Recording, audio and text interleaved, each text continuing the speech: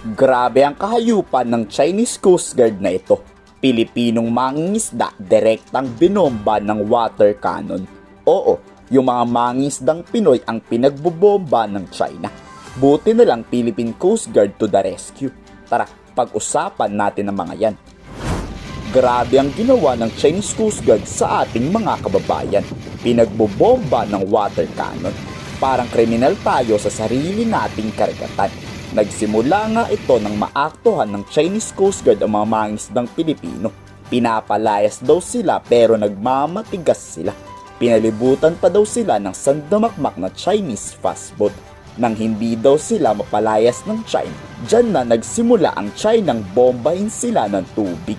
Kung palayasin sila, kala mo may nagawa tayong masama no? Ang gusto lang naman nila ay makapaghanap buhay. Sa video makikita ang direkta talagang binomba ng tubig ng China ang bangka ng mga Pilipino. Walang kaawa-awa ang China, napakawalang hiya.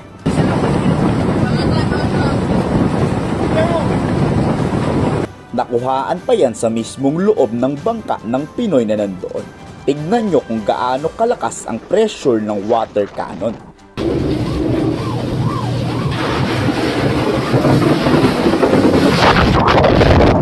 Dito nga wala nang nagawa ang mga Pilipinong mangingisda, kundi umatras na lang at lumayo sa mga Chinese Coast Guard. Bante na, bante! Atras na, atras na! Bante. Bante na, bante! Atras na! Bante.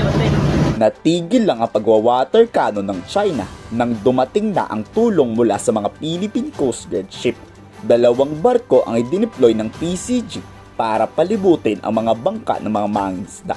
Sa FB post pa ni Commodore J. Tariela, kung ikaw ay Pilipino at hanggang ngayon hindi mo pa rin nauunawaan kung ano ang kahalagahan ng pinaglalaban natin sa West Philippine Sea, panoorin mo ang bidyong ito kasama ang iyong pamilya at sabihin mo sa akin kung hindi nyo naramdaman ang galit para atin tindigan ang mga ordinaryong mangingisdang Pilipino at yaman ng ating karagatan laban sa iligal na presensya ng China sa West Philippine Sea.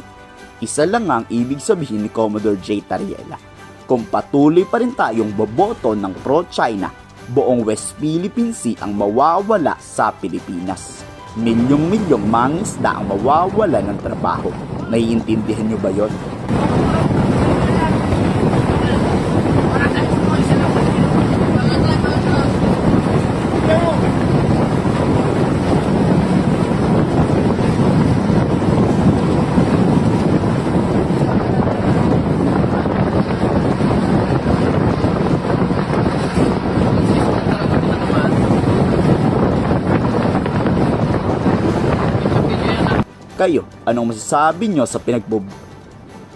Kayo, anong masasabi nyo ng pinagbobomba ng China ang ating mga kababayan? Komento sa baba ang inyong salubin.